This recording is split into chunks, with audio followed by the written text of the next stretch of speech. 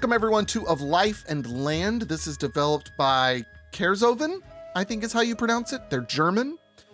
This is a really unique city builder colony sim. I would describe it as like a very, and I'm going to say very simplified, and I mean that as a good thing. A very simplified dwarf fortress. In that the point of the game is scale, like length of time. I went into it on my first playthrough, and my default for any city builder colony sim is I want to compare it to Banished. I love Banished. I'm a Banished guy, man. I love it. This is not Banished at all. And I almost didn't give the game a second shot, because if you play it like Banished, it is boring and kind of easy. And then it clicked with me when I realized that you can speed up the game more than any other city builder or colony sim I've ever played. We'll talk about that more in a second. For now, this game is based on a deeply simulated world. It also would have helped if I had actually read this the first time I played it. This game is based on a deeply simulated world in which every living creature is always trying to get what it needs from its environment. The fact that you cannot directly control your people will present you with some challenges. If you get stuck, don't hesitate to start again. Your new experiences can change everything. It's worth keeping an eye on your village and the surrounding area. The needs of a small village are usually modest, but to build fantastic cities for thousands of people in a sustainable way, you need to solve complex problems. Have fun playing. And there's a really cool intro to the game, so I'm going to let that play out, and then we'll get into it. The year 1012. Kerzoven. An untouched, almost uninhabited region on the edge of the empire. In other areas of the country, villages and towns are growing fast. So fast that space soon becomes scarce. Real division leaves hires without land and property. But we still have room here, and we could use the people. This is our chance. Let's invite them and together create a thriving region worth living in. Kerzoven.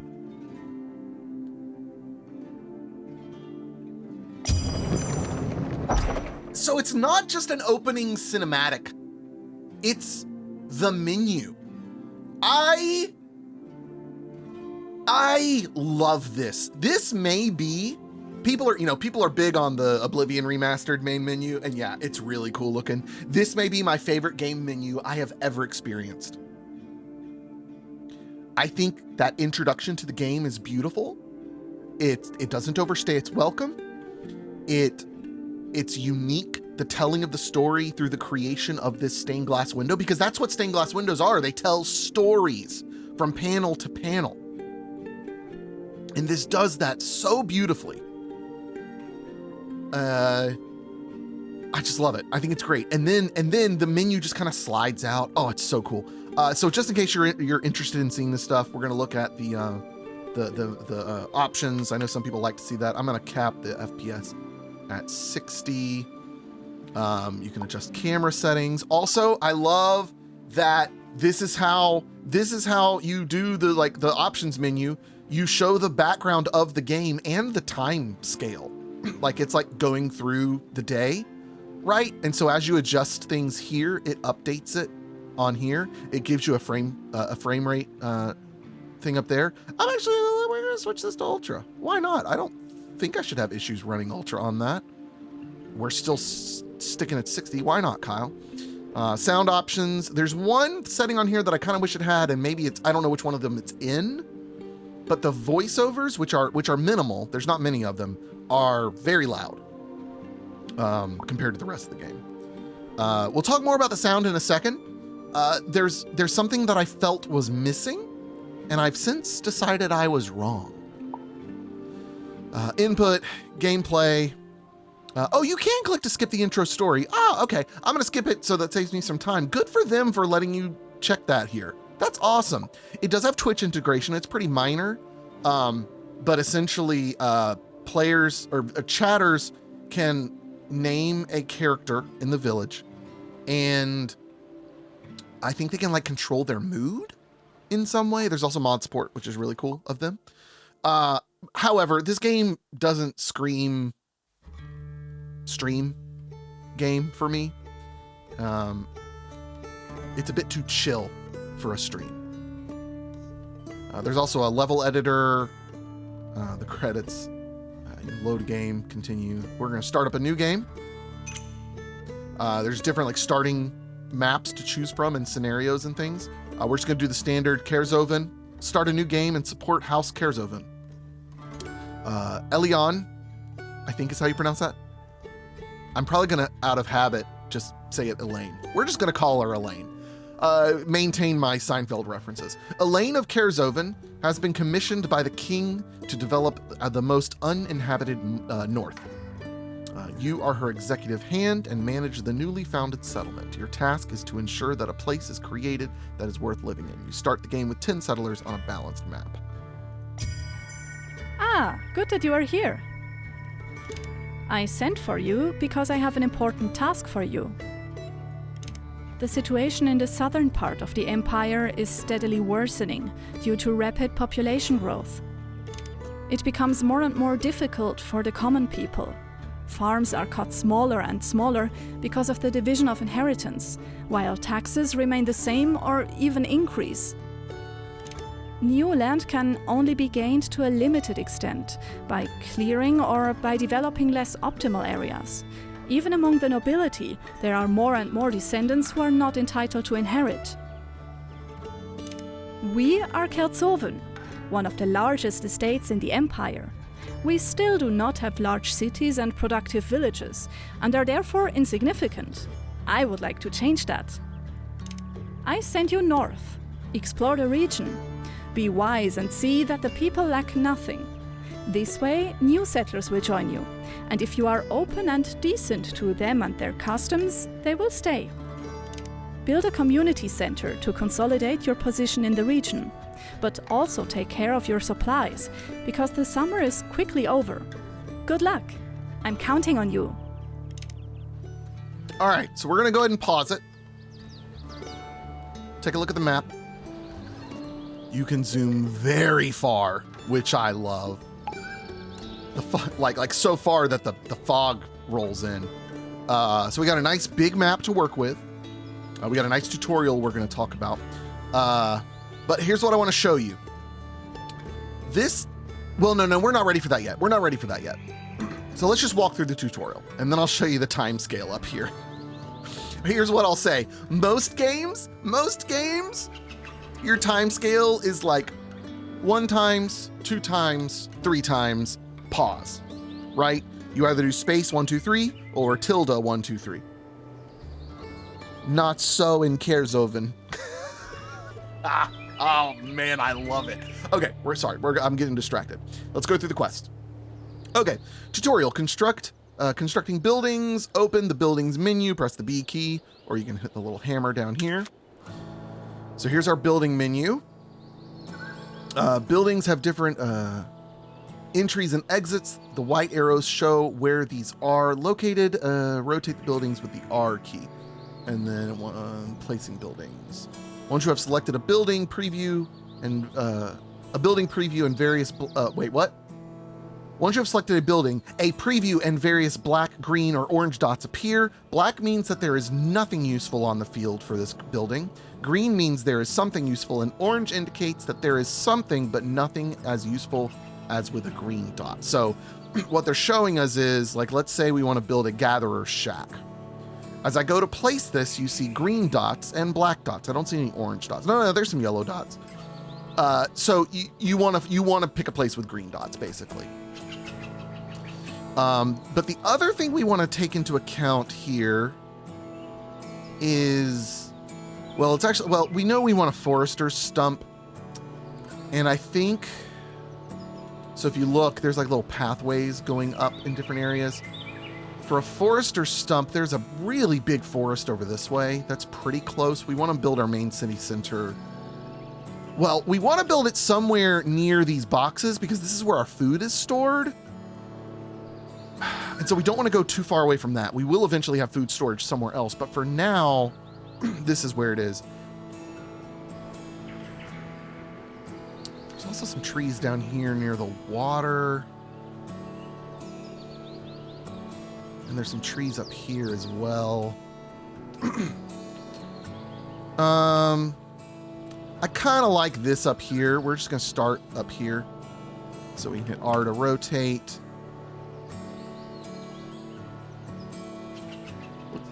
There's things in the way there for some reason. I don't know what's in the way. Is it just blocking the exits? Oh no, it let me build. I don't know why this is yellow. Why is this?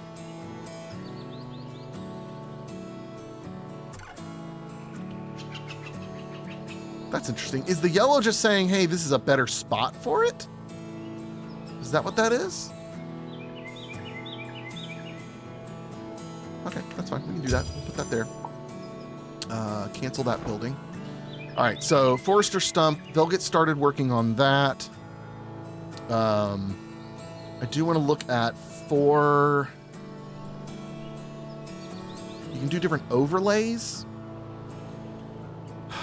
And so the dirt overlay, well, it'll teach us more in a second, but I want to place a gatherer's hut.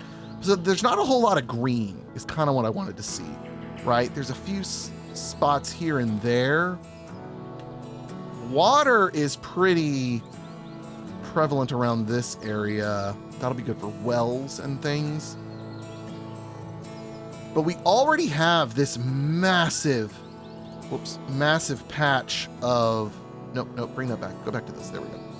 We have this massive patch of wheat right here, wild wheat. And so we need to build a gatherer's hut. Now there's also patches of wheat down here. Maybe it would be better for it to start off closer. Let's do that. So let's build a gatherer's shack. You can see it stretches pretty far.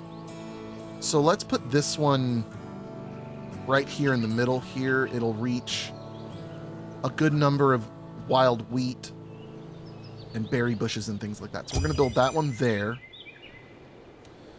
Let's go ahead and let time continue. We also need... Oh, it wants us to build trees. So trees are in the plants and fields. It wants us to build a broadleaf tree. This is just so we can plant a new tree near. Now, did that give me... Oh, but that's going to destroy... Oh, is the yellow saying that it's going to destroy a thing?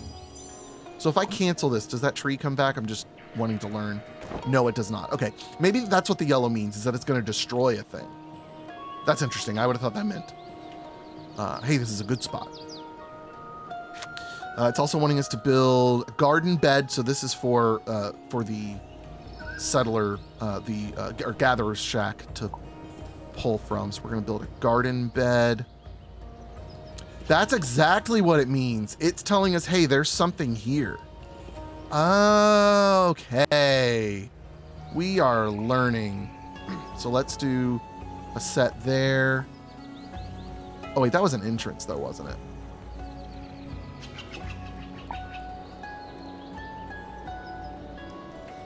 Yeah, that was the entrance. So let's cancel that one. I don't know that it would be a problem, but let's cancel that. All right, but we're gonna build a couple of garden beds around it. We're gonna do more of this, by the way, because food is gonna be a thing we need quickly. And then a simple stonemason. So the stonemason needs things like this to get stone. There's also big rock formations like over here.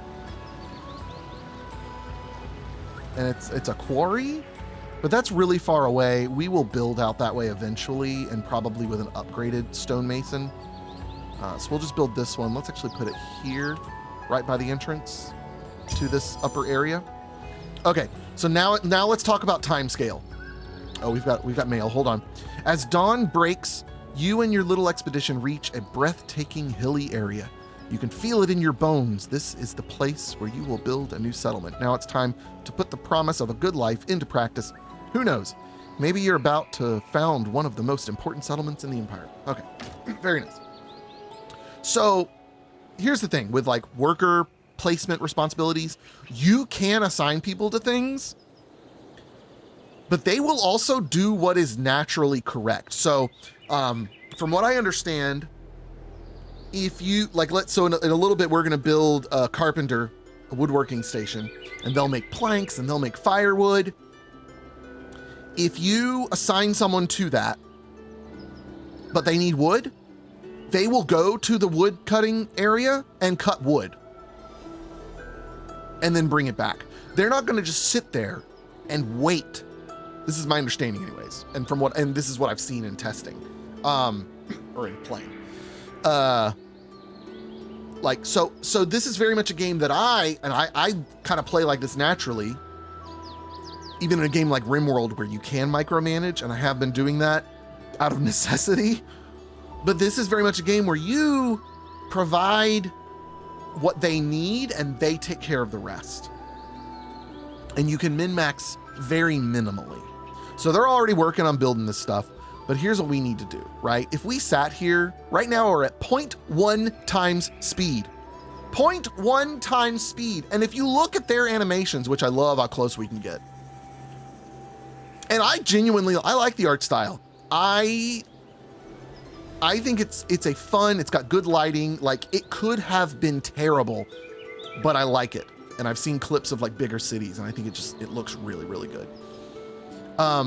So this is 0.1 speed. And honestly, if I'm looking at that looks like 1 time speed in any normal game. 0.2, 0.3, 0.4, 0.5. I'm going up the number keys. No, not 0.5, sorry. We go from 0.1, 0.2, 0.3, 0.5 to 1. You ready for this? 2, 5, 10, 30. You know what that means? Pause. We can go 300 times speed, because in my mind, 0.1 feels like 1, if we're being honest. But I think 300 times speed feels weird. I like that they do it 0.1, 0.2, 0.3, 0.4, 0.5, 1, 2, 5, 10, 30, whatever it is. I like the numbers that they've chosen to use. But essentially what it means is we can go 300 times speed, and that is necessary. It is absolutely necessary. That's what didn't click with me, is that this game is meant to be played at a faster speed than you typically would. But you can pause it, do some things, and then you speed up the time. And I love that. So here's what I want to do. Let's go ahead. Well, hold on. Let's finish the tutorial, Kyle. Don't jump ahead.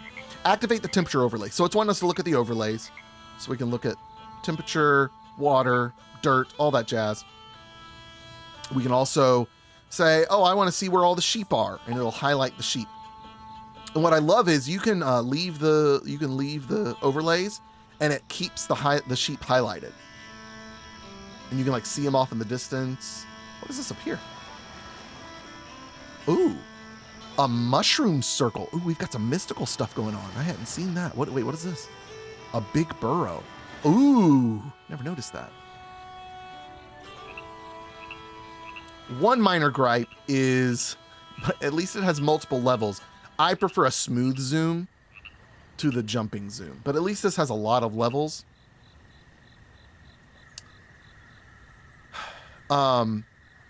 Okay, so we've looked at that. Changing names. Okay, we can click up here to change the name. Of course, we're going to go with Del Boca Vista. And then calling up the overview, open the faction window by clicking on the number of the settlers or by pressing F. So we can click up here to open faction data. Here we can see the information of our settlers. We've got Dennis, Vincent, Stefan, Petra, Sanny, Kyle. And Valley, we're going to rename me to just Kyle instead of Kyle Blaine. But yeah, you are a settler, which I also find cool. Whoops, that didn't change my name. There we go. So now it's telling us, even though it's a wonderful spring, the weather affects us build a straw hut. So we need to build some homes for us to live in. I'm also going to build a road. This is going to destroy some things, but I'm okay with that. The road helps people walk faster. So we want them to get from A to B as quickly as possible. And we're going to build some more farm areas as well. We'll hold off on building a path to the wood area just yet. But we need homes, we need huts. So let's go to community, street services, straw hut. We're going to go ahead and put these over here. Well, no, let's put them like maybe on this area right here.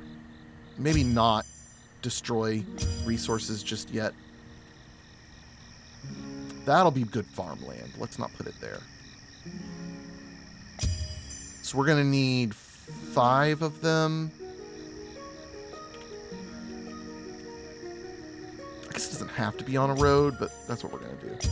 There we go. Okay, so that'll be good. Now let's talk about something that I felt like the game was severely lacking and missing. And it kind of made it feel weird for me. I'm waiting for somebody to get to constructing. Let's speed up time. Here we go. So this person, this is Stefan. Stefan is, what is Stefan? Oh, Stefan's just delivering. Okay, hold on. Speed up time again.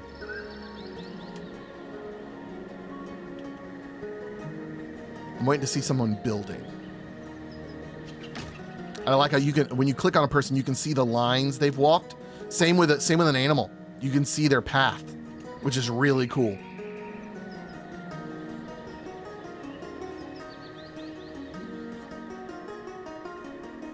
Okay, here we go. Here we go. Oh, well, he was constructing. Then he stopped. What I'm wanting to show you is there are no, like, construction sounds. Like, when you get up close in a city builder like this, typically you would hear, see? She's hammering and there's nothing. At first, I thought this was odd and kind of off-putting and kind of like, I don't know, it like kind of took me out of it. And then I realized you're not supposed to be playing the game at this speed to where you have time to like stop and smell the roses. We need to speed up. Boom, done. That's the point of the game, is for you to pause, make some changes, speed up time. Something happens, okay, let's pause or let's slow it down. I'm not making decisions of what to build for tomorrow. I'm making decisions of the next year. You know what I mean? Does that make sense? That's kind of my philosophy of that. That's what kind of hit me. I was like, oh, that kind of makes sense. So let's build some more farmland around here. Wait, well, yeah, we're going to go ahead. We're going to ignore the tutorial for a moment. I'm going to build some more farmland or garden beds. Sorry. Just around these areas where we're not going to destroy anything. Because food has been my problem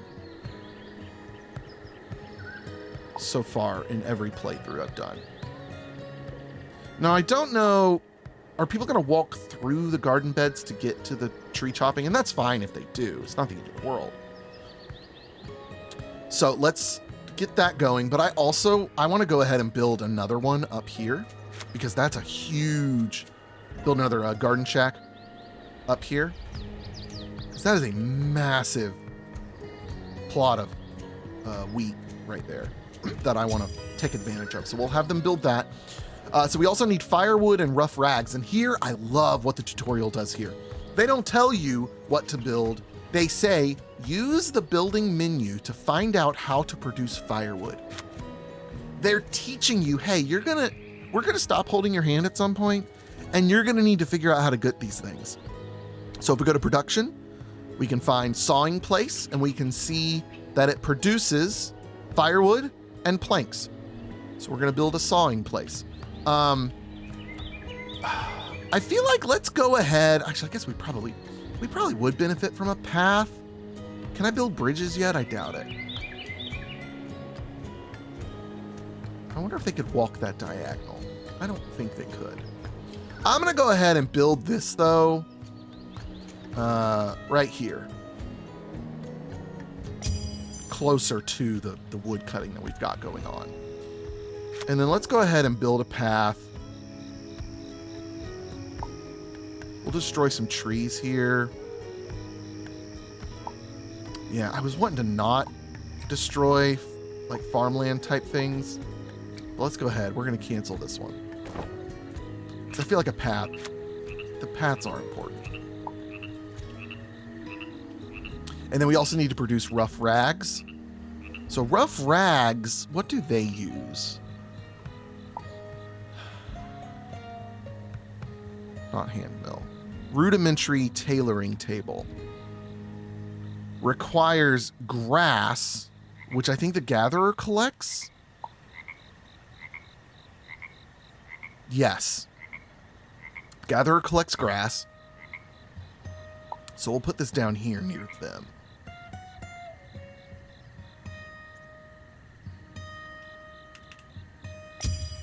Okay. So we'll get those built. Let's go ahead and speed up time.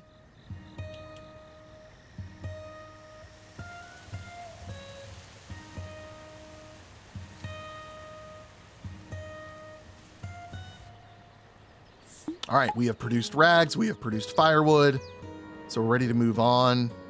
I love how you can hover over the building and see all the green dots. Man, that's awesome. Oh, I just love a lot of the design choices they made. We have not finished this yet, though. Let's speed up time. Okay, that's been finished now. Let's also get working on a path for them. Let's just have it hug this wall right here.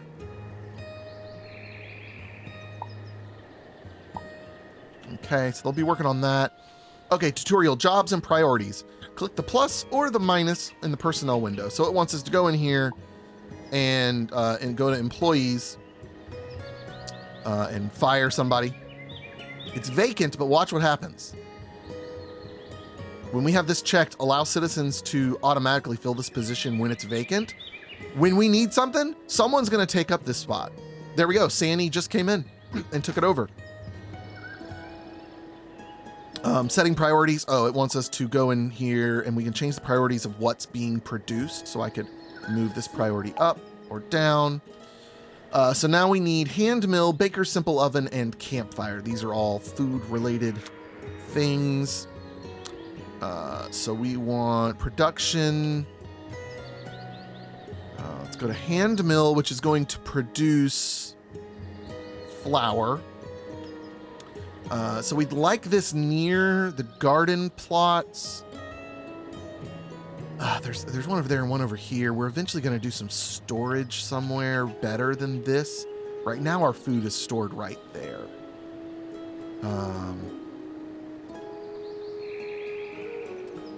Let's put it up here.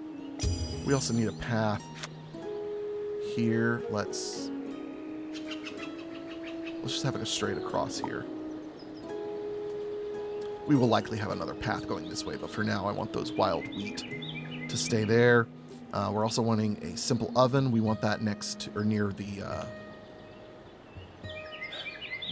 what was that called? The mill? Yeah, the hand mill. So we'll just put that right across from it. Because the idea here is, okay, if somebody's needing to make bread, okay, they need to be at the mill first. And if they need the mill, they need the wheat. And so they can go get the wheat and bring it there. You know, you want things... My idea, or what I've heard is, like, you're wanting to minimize movement.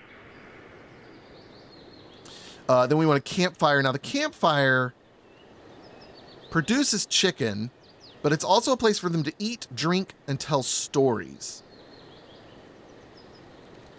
Or rather, cook meat. I say chicken. It looks like a chicken leg. Chicken leg. Chicken weg? Man, I have been saying funny words lately. So let's put this... maybe up here by our current storage. And then again, let's speed up time.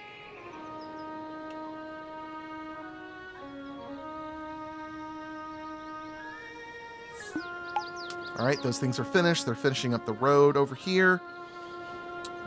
Okay, opening the help menu. You can hit F1 if you help. Needs and wealth. Choose one of your villagers and examine their needs. So we can click on a villager. If I can find one. There's one working on the road up here. This is Stefan. We can look at their needs. So we can see at level 1. So right now we're at a population progress of level 1. They're 8, 7. So right now, I don't want to starve. I eat whatever I can get to survive. And so basically it's telling me it's checking off all of their needs for these things. So right now, they do not own rough rags. So they are not getting rough rags right now. I don't want to freeze or burn to death. I warm myself up. I cool myself down. I don't have either of those satiated at the moment. And then they're healthy. So now it just wants us to reach a level 2 in population progression, which is prosperity. So we're just going to speed up time until we hit that. Actually, here's something else we can do while we think about that. Wait for that to happen. Let's build some garden beds over here for this one so that they have more places to do things. There's going to be a road going this way likely, so I'm not going to build something there.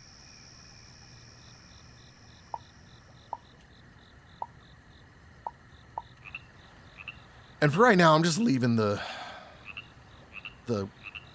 grass and berries and things. I'm just going to leave them where they are.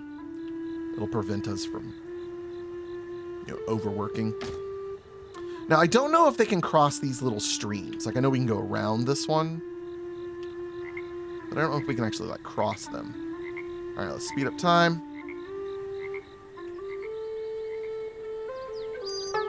There we go. All right, Del Boca Vista. I was about to grab a sip of tea. It's too fast. So we've reached level 2 now, which means we can build more things. Elaine is on her way. 4 days remain. Continue to expand your settlement until Elaine returns in 4 days. Prosperity. Make sure that the inhabitants of your region are doing well and reach the next level in the population development. Okay, so those are pretty basic things. We're going to close our quest and take a look at what new things we can build. Actually, no. I think that's long enough for a first video. Thank you all so much for watching. We'll see you guys in the next one. We'll continue on kind of building up this settlement in the second tier. Thanks for watching as always. Adios. Goodbye.